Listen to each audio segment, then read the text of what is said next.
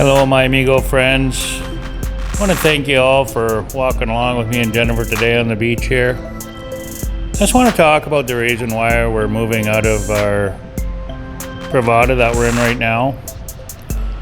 So the main reason is the power goes out quite frequently here, and it's really affecting Jennifer's job. So every time it goes out, she has to get reconnected to the server back in Canada.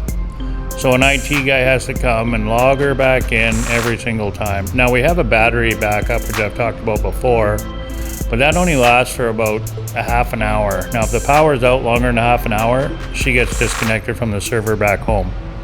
So if you're not working online and it's not that big of a deal that you're getting disconnected all the time, no big deal to live here. But for her job, it's becoming a big deal. And the water also goes out when the power goes out.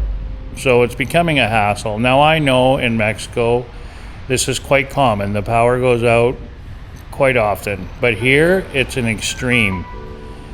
Because we're at the north end of Merida, and I've been told by more than one local here at this end of the city where we are, that it's very high development here right now, and they haven't upgraded the power grid up here now.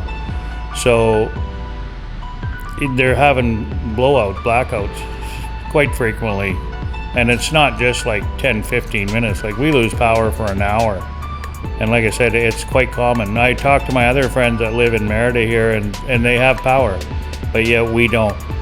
So it has become a big issue. And also, there's several reasons why we're moving. That's one of them. And the other one is we don't really have a good place to walk the dog. Coming out of La Ceiba is really busy, and there's a lot of traffic, and there's no sidewalk. And that's really the only place up and down that road, and then one little cul-de-sac across the street from La Ceiba, from Arcadia as well, where we are. But I mean, it's just really a tiny area, and then we could walk around the complex here, which is very small. So, and he likes to go for long walks. Like when we were back home, we would walk for an hour, or more sometimes.